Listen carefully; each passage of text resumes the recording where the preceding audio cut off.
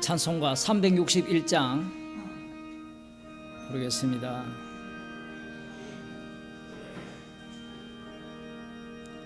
(361장입니다)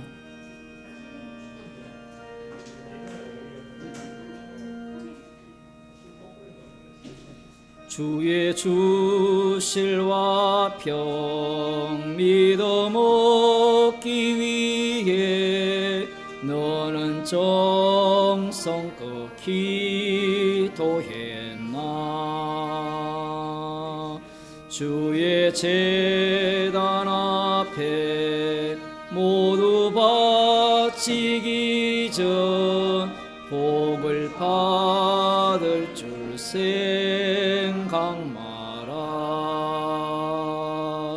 주의 제단에 삼제사 드린 후에 주의 맘을 주장하여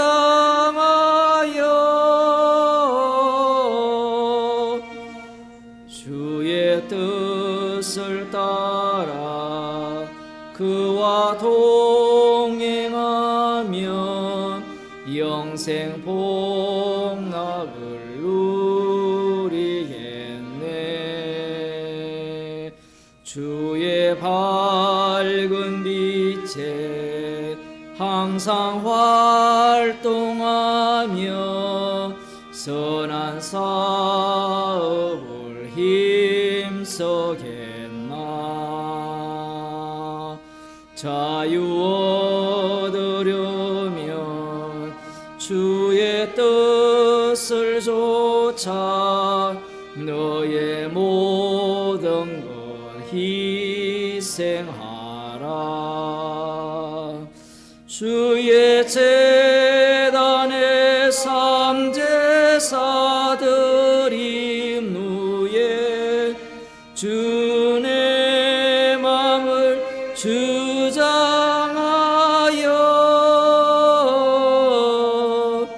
주의 뜻을 따라 그와 동행하며 영생 복락을 누리겠네. 주의 제단 앞에 모두 바친 후에 주와 온전히 사귀겠네. 주의 주신 기쁨 또한 그의 사랑 어찌 말로 다 형용하랴. 주의 제단에 삼제사 드린 후에 주의 맘을 주장하여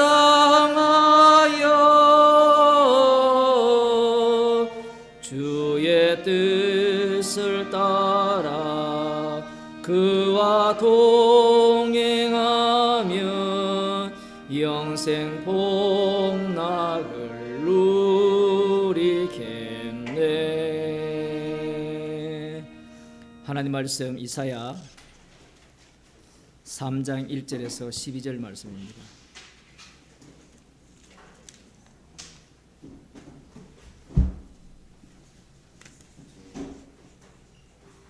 찬송가가 어떻게 이렇게 비복음적인지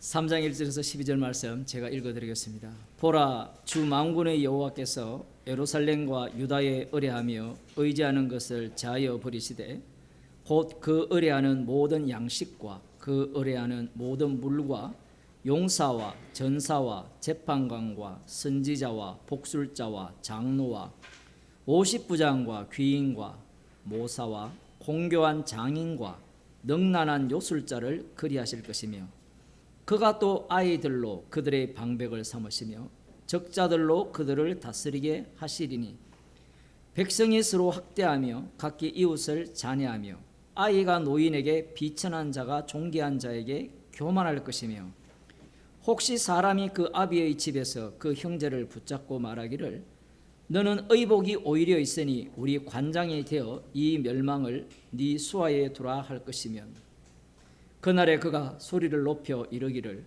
나는 고치는 자가 되지 않겠노라. 내 집에는 양식도 없고 의복도 없으니 너희는 나로 백성의 관장을 삼지 말라 하리라. 예루살렘이 멸망하였고 유다가 엎드러졌음은 그들의 언어와 행위가 여호와를 거스러서 그 영광의 눈을 촉범하였습니다. 그들의 안색이 스스로 증가하며 그 죄를 발표하고 숨기지 아니함이 소돔과 같으니 그들의 영혼에 화가 있을진저 그들이 재앙을 자취하였도다. 너희는 의인에게 복이 있으리라 말하라. 그들은 그 행위의 열매를 먹을 것이며 악인에게는 화가 있으리니 화가 있을 것은 그 손으로 행한 대로 보응을 받을 것임이니라. 내 백성을 학대하는 자는 아이요 관할하는 자는 부녀라. 나의 백성이여 너의 인도자가 너를 유혹하여 너의 다닐 길을 회파하였느니라. 아멘. 예루살렘과 유다에 관한 말씀인데 온 세상은 이 예루살렘과 유다의 운명과 함께하게 되어 있습니다. 예루살렘은 여호와 하나님의 성전이 있는 곳이죠. 유다는 다윗의 등불이 꺼지지 아니할 것이라는 약속이 있는 곳입니다.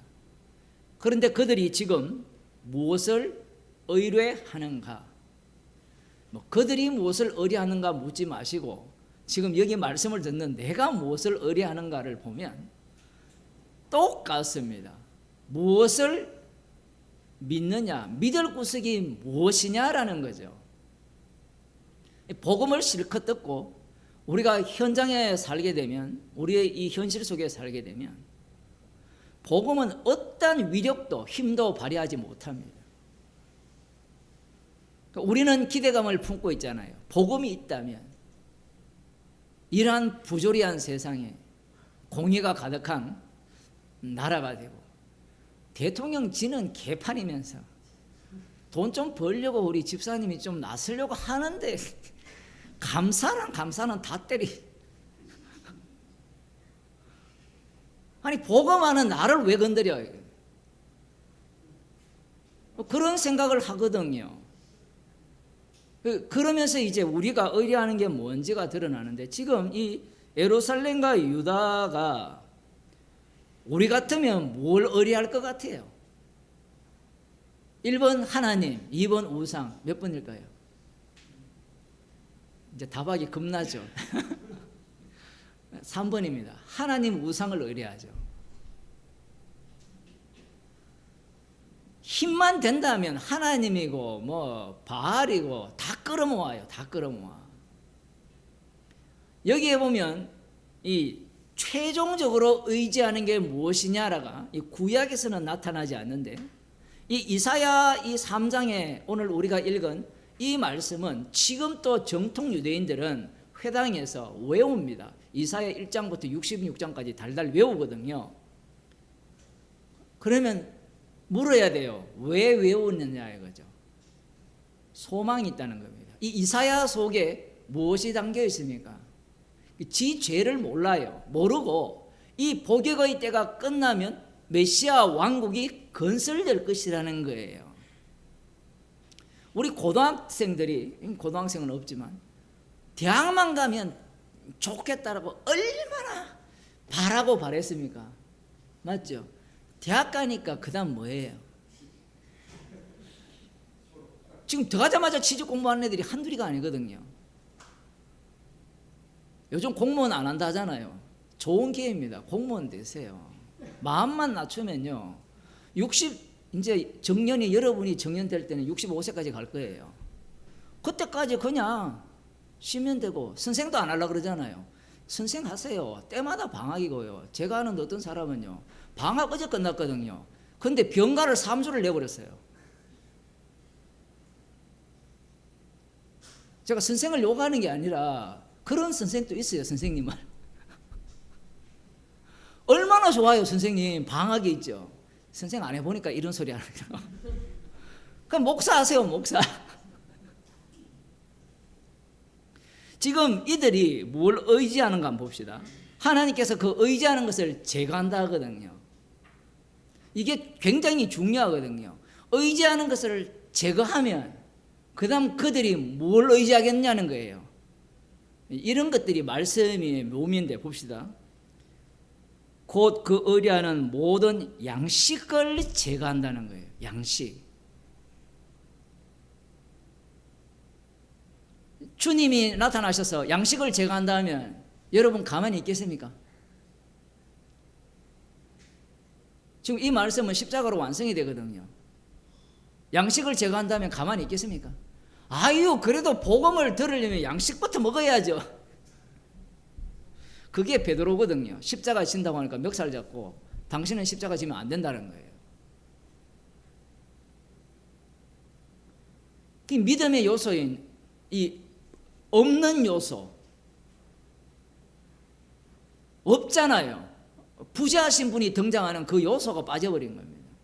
지금 이들은 양식을 의지하고 있고 그 다음 물. 야, 이게 물 없이 어떻게 삽니까?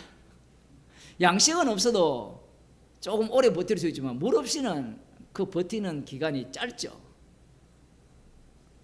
하나님께서 해도 너무하죠. 인간에 있어서는 뭐 메슬로우라는 그 학자가 이 생존의 욕구가 가장 1차적이라 했는데 그것도 안 됩니까?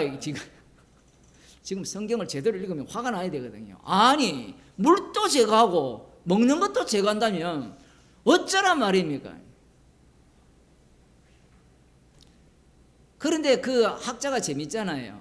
이렇게 피라미드로 해가지고 마지막에 올라가면 자아실현의 욕구라는 게 있거든요. 그전에는 뭐 소속의 욕구도 있고 뭐 어쩐 모든 욕구들이 있는데 그 자아실현이 어떻게 이루어지느냐 하면 자기가 신이 되어야 되는 겁니다. 모두가 다 그 욕구를 갖고 교육을 받고 있거든요. 그래서 부모들이 다 먹여주죠. 그죠? 언니 먹여주잖아요. 울면 때만 되면 시끄러워서 먹여주는 경우도 있지만 뭐 아무것도 모른다 하는데 뭐 뭘 아무것도 모르요. 마귀 새끼인데. 그 아버지가 마귀고 엄마가 마귀인데 뭘 아무것도 몰라요. 그 먹이면 마지막에 뭘 요구합니까? 아버지를 갖고 놀잖아요. 부모를 갖고 놀거든요. 부모 위에 있는 거거든요. 신이 되고자 하는 겁니다. 그 다음 의지하는 게 뭔가 하면 이건 가장 기초적인 건데 물과 양식을 의지한다. 그걸 제하여 버리겠다. 그 다음 용사와 전사와 재판관과 선지자와 복술자와 장로 50부장과 귀인과 모사와 공고한 장인과 넉날한 요술자를 그리하실 것이라. 지금 이 요소들은 어떤 요소들입니까? 용사, 전사, 재판관, 선지자, 복술자, 장로, 50부장, 귀인, 귀족들, 모사, 공교한 장인, 넉난한 요술자. 나를 어떻게 하는 자들입니까? 나를 돋보이게 하고 나를 살아갈 만하게 하는 그러한 자들을 다 제거하겠다는 겁니다. 이거 다 제거하면 어떻게 살아요? 물 양식 제거하고 이 주변에 나를 보호해주는 나를 지지해주는 그러한 것들을 다 제거해버리면 어떻게 살아요? 죽으란 말입니까?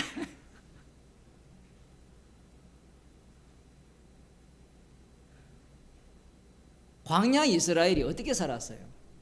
물이 없는 곳이었죠. 양식이 없는 곳이었죠. 거기에는 재판관도 없었어요. 사실은 원래는 재판관은 여호와 하나님 뿐이잖아요. 인간의 재판관이 필요 없는, 용사도 필요 없는 곳이었잖아요. 그 어떻게 살았습니까? 어떻게 살았어요? 다 알잖아요. 왜 모른 체 합니까? 말씀으로 살았죠. 뭘 어떻게 살았겠? 주님이 이걸 다 제공해 줬지 않습니까? 이런 사람은 말씀으로 살았다는 의미를 전혀 몰라요.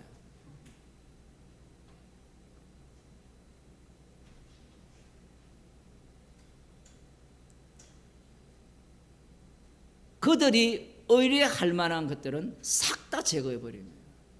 그 이후에 하나님이 어떤 조치를 취하는가 하면 4절에 보면 그가 또 아이들로 그들의 방백을 삼으시며 적자들로 그들을 다스리게 하시리니, 수준에 도달하지 못한 그런 자들로 지도자를 삼고 왕으로 삼는 거예요. 그러면 그 집안 꼴이 어떻게 될까요? 예? 아니 해산물 계속 이렇게 매일 먹는다 그러는데 후쿠시마 산을 이렇게 표기 된 걸 사서 나는 매일 먹었으면 좋겠어요. 국민의힘 의원들이. 아니 청와대가 아니죠. 지금 용산에 후쿠시마 산을 대량으로 구매해서 매일 아침 점심 저녁 술 먹은 자리까지 계속 제공했으면 좋겠어요.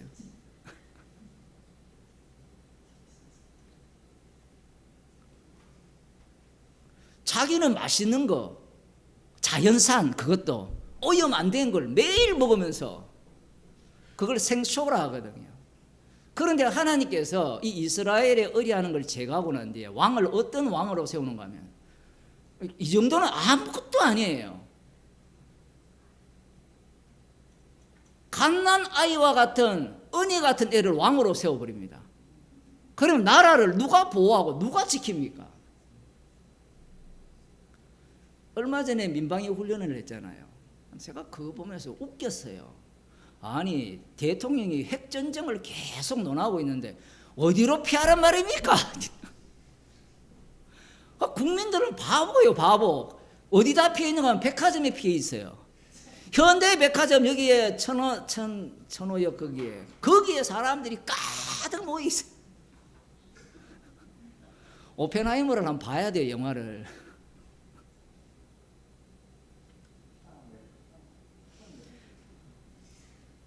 하나님께서 의리하는 걸 제거했으면 그 다음 뭔가를 더 좋은 걸 주실 거라고 예상을 하는데 하나님께서 그걸 제거한 자리에 완전히 이 사회 조직이죠. 이스라엘 조직 자체를 뭉개버립니다. 아이를 그런 식으로 그 지도자를 삼고 그 다음 5절에 보면 백성이 서로 학대하며 각기 이웃을 잔해하며 서로 괴롭히는 사태가 벌어지는. 왜 이렇게 괴롭힙니까? 경찰이 없기 때문에 그래요.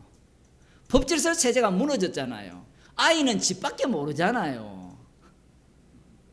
그 체제가 무너지니까 서로 공격하는 거예요. 그 다음 하시는 말씀이 이웃을 잔해하며 아이가 노인에게 비천한 자가 존귀한 자에게 교만할 것이며, 애가 노인 앞에 교만을 떠는 거예요. 꼭 어떤 시대 같습니까? 그 공산주의자들이 자기들이 나댈 때 있었잖아요. 새파란 한 17, 그것도 어떤 자들입니까? 종이죠. 하나도 못 배워먹은 애들이 나와가지고 사상 교육을 받아가지고 꼭 이 성경을 보는 것 같아요.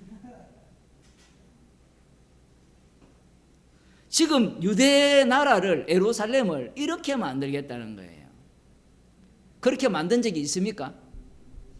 이런 질문을 해봐야 돼요. 의리하는 것을 제거를 했잖아요. 제거해서 이렇게 만든 게 있었습니까?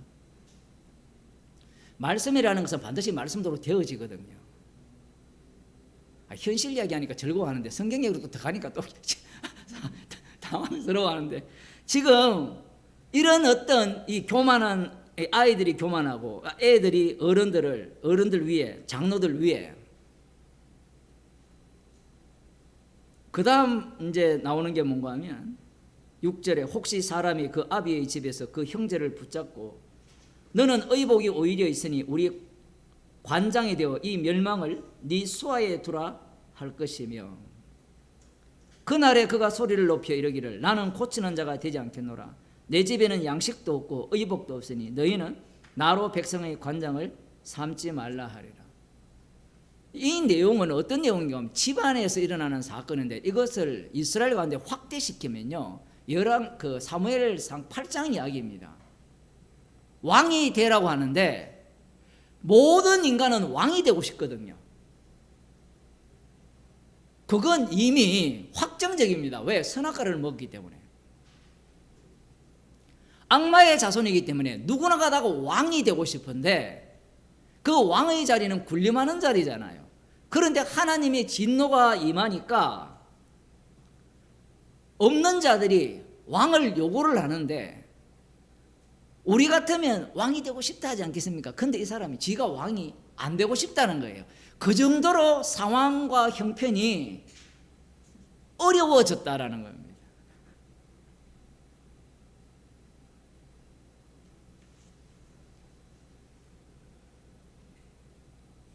예루살렘이 멸망하였고 유다가 엎드러졌으면 그들의 언어와 행위가 여호와를 거스려서 그 영광의 눈을 촉범하였습니다. 자, 이 말씀을 예수님 당시에 서기관과 바리새인들이 부지런히 읽고 있거든요. 지금 그들이 어떻게 해석을 하고 어떻게 적용하는지를 잘 새겨둬야 됩니다. 지금 예수님 당시에 지도자들이 누굽니까?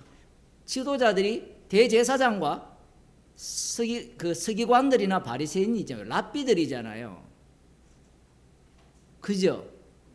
과거의 왕들이 어땠습니까? 개판이었잖아요. 그래서 멸망을 당한 겁니다.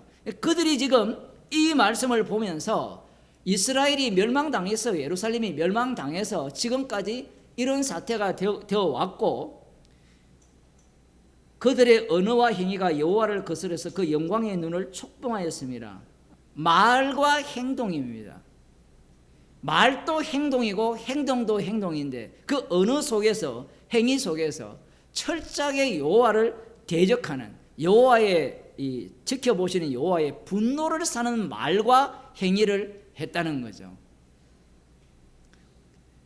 그 행위는 그들이 의지하는 바가 있었기 때문에 그런 겁니다. 그 의지하는 것들을 다 제거한 거예요. 제거하고 이 사회 질서 자체가 완전히 엉망진창이 된 그 상태 속으로 내몰린 겁니다.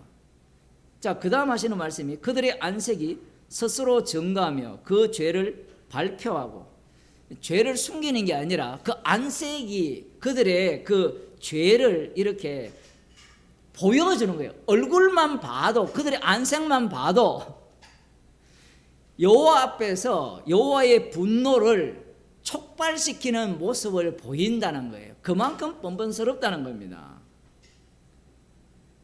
놀라운 것은 내가 이런 죄를 지었다고 발표를 해요. 이런 죄를 지었다고 당당하게 이야기를 하죠.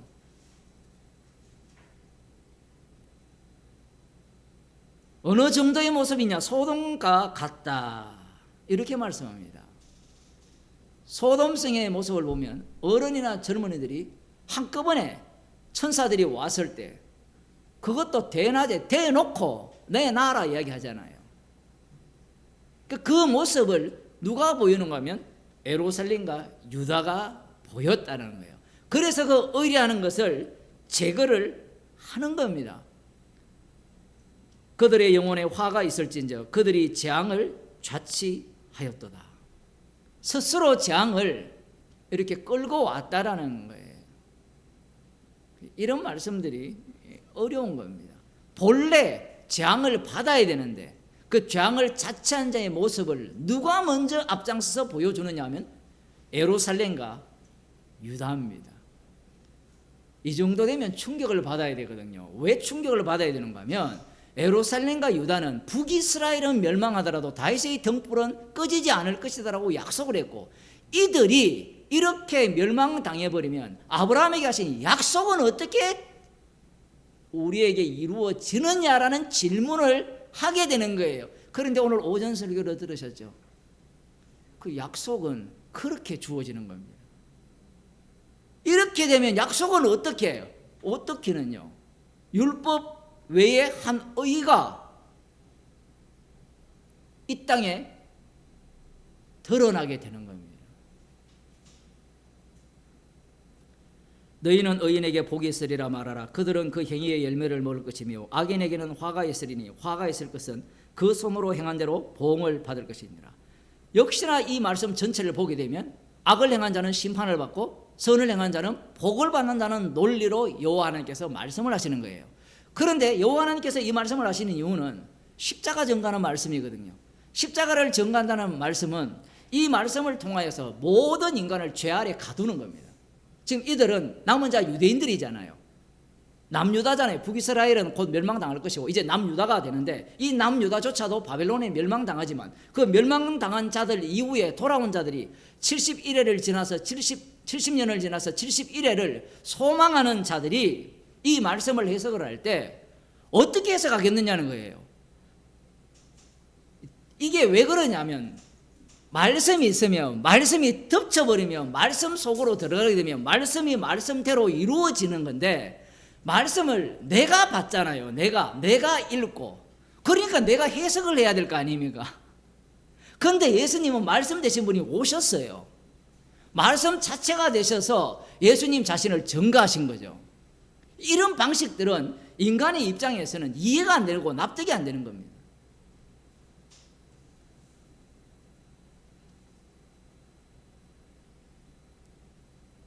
내 백성을 학대하는 자는 아이요 관할하는 자는 부녀라. 나의 백성이여 너의 인도자가 너를 유혹하여 너의 다닐 길을 회파하느니라. 이 지도자가 왕인데 왕을 아이로 표현하고 부녀로 여자로 표현해요. 그러니 그들이 어디로 끌고 가겠습니까? 그 심판받을 길로 끌고 갔다라는 이야기입니다. 지금 이 말씀을 이제 이사야 선지자가 외칠 때 그들이 들어요, 안 들어요? 안 듣죠. 6장에 보면 이사야 선지자가 보내달라고 할 때 갈 때 하나님이 어떤 일을 하러 보냅니까? 눈을 감기게 하고 귀를 닫히게 하고 마음을 어둡게 하기 위해서 보냄을 받잖아요. 그러면 이 말씀을 이렇게 외칠 때 너희들이 의뢰하는 것을 제거한다고 할 때 우리 같으면 회개할 거라 예상을 하지만 회개하지 않습니다. 그게 바로 눈이 가려워지는 거고 귀가 닫히는 거고 마음을 어둡게 하는 겁니다. 놀라운 것은 예수님 때가 되면 남은 자들이 발생하는데, 남은 자들은 이 말씀을 어떻게 해석합니까? 우리가 의뢰하는 걸 제거한다 했으니까 이들은 제거되지 않는 요소를 갖고 오죠. 그게 무엇인가 하면 말씀이에요. 말씀을 갖고 오고 우상을 다 배제하고 성전에서 제사를 제대로 드리고 오직 유일하신 여호와 하나님만 섬기는 겁니다. 그렇게 섬길 때 의인은 복이 있다라는 이 말씀 속에 자기를 집어넣고, 악인은 말씀대로 살지 않고 안식일을 지키지 않고 11조를 행하지 않고 우상을 섬기는 그런 자들이기에 심판을 받을 것이다. 심판을 자취한다. 이 자취한다라는 이런 표현들이 누가 심판을 자취합니까? 하나님께서 이 이스라엘을 통해서 유다와 예루살렘을 통해서 말씀하고자 하는 것은 모든 사람이 죄 아래 가둬져 있고 심판 아래 있고 저주 아래 있다는 것을 말씀하기 위해서 말씀을 주신 건데, 이들은 이 모든 말씀을 누구 쪽부터 해석해요? 자기 쪽에서 해석하니까 심판을 자취한다 했으니까 우리는 지금 심판받을 일이 없다라고 주장을 한 겁니다. 여기에 예수님께서 등장을 하신 거예요. 예수님께서 등장하셨으면 어떻게 해야 돼요? 이사야 말씀에 성취가 돼야 되잖아요. 성취되는 방식이 어떻게 되는가 하면 그들이 누구를 제거해버립니까? 예수님을 제거해버려요.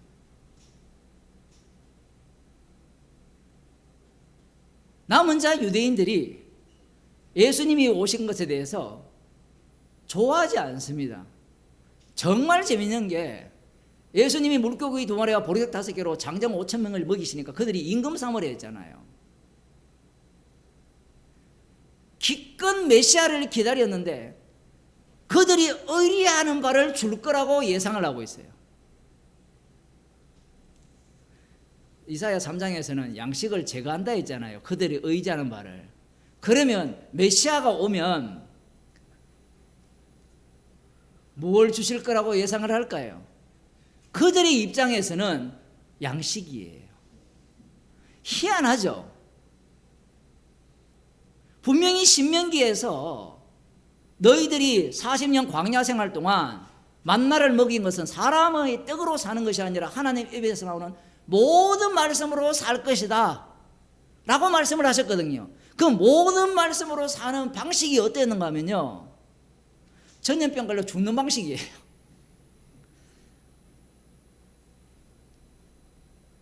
그런데 그 말씀들을 그들은 말씀 중심으로 해석을 못하고 나 중심으로 해석을 하는 겁니다. 그럼 메시아가 오게 되면 그들이 꿈꾸는 천국이 어떤 천국이다고요? 여호와를 잘 의뢰하니까 이제는 물도 제거하지 않고 양식도 제거하지 않고 건강도 제거하지 않고 무병장수하며 시편 73편에 나오는 악인처럼 살 것이다, 이런 생각을 하고 있는 겁니다. 그런데 예수님께서 그들에게 자신의 살과 피를 먹고 마시지 않으면 영생이 없다고 해요. 자, 이 언어는 이 세상 사람들에게 통할 수 있습니까? 사람들이 알아들어봤자 기껏 니고데모처럼 알아듣겠죠. 예수님의 살 먹고 피 뜯어 먹고 피 마시자, 이 논리밖에 안 되잖아요. 그러니 메시아를 기다리면서 여전히 육적 자기들의 필요, 자기들이 꿈꾸는 그러한 천국을 꿈꾸는 자들에게는 예수님이 필요합니까? 필요하지 않습니까? 필요 없는 겁니다. 이사야에서 분명히 너희들이 의뢰하는 바를 제거하겠다라고 했거든요. 그거 의뢰하는 것이 최종적으로 어디로 갑니까? 뭘 의뢰해요? 사무엘상 8장에 가면 왕을 달라고 했잖아요. 열왕같이. 그 왕도 나중에 어디로 갑니까? 우상으로 가요. 우상. 누구? 우리가 필요한 왕은 느부갓네살 왕이에요. 금신상을 만든 그 왕과 같은 우상이 필요한 거예요. 단순히 물을 요청하는 게 아니에요. 하나님께서 그냥 너희의 의뢰하는 바 물을 양식을 제거한다는 게 아니라 인간은 메슬로처럼 생존의 욕구에서 마칠 인간이 없습니다. 자기가 왕이 되어야 돼요. 자기 이름을 하늘까지 높여야 돼요. 그런 마음이 있으니까 십자가 복음을 듣기 싫어하는 거예요. 예수님이 십자가 지신다고 하니까 자기의 모든 체계가 무너지잖아요. 그런데 베드로나 이 나머지 제자들이 여호와 하나님을 믿고 있었거든요. 여호와 하나님을 믿고 있는 그 자신들은 무너진다라고 절대로 생각하지 않는 겁니다. 오히려 우리의 과거 선조들은 여호와 하나님을 버렸고 우상을 섬겼기 때문에 우리가 의뢰하는 것을 다 제거했지만 이제 우리는 여호와만을 섬기기 때문에 우리가 필요한 것들을 다 채워줄 거라고 생각을 하는 거예요. 오늘날 예수 믿는 사람이 그런 거 아니에요? 예? 예수 믿으면 복 받는다 할 때 우리의 필요를 다 채워준다고 생각을 하거든요. 그런데 그들에게 예수님이 십자가 진다라고 해버리면 자기들이 기대한 바가 다 무너지는 겁니다. 사실은 십자가조차도 우상화 되어버렸기 때문에 십자가를 믿으면 무엇을 줄 거다? 내가 의뢰한 바를 줄 거라고 생각해요. 주님은 십자가 사건 속으로 들어가게 되면 여러분들이 의뢰하는 모든 요소들을 십자가 피만을 증거하기 위한 도구로 사용해버립니다. 모든 것들을 부정하는 요소로 사용하게 되어 있어요. 메시아가 오면 어린아이와 같은 지도자가 아닐 것이라 생각했는데 어떻습니까? 예수님이 메시아 맞죠? 왕이니까 왕의 모습이 어때요? 그들이 기다리던, 유대인들이 기다리던 왕다운 모습입니까? 아니면 이런 왕은 우리 가운데 없어야 된다고 하는 왕입니까?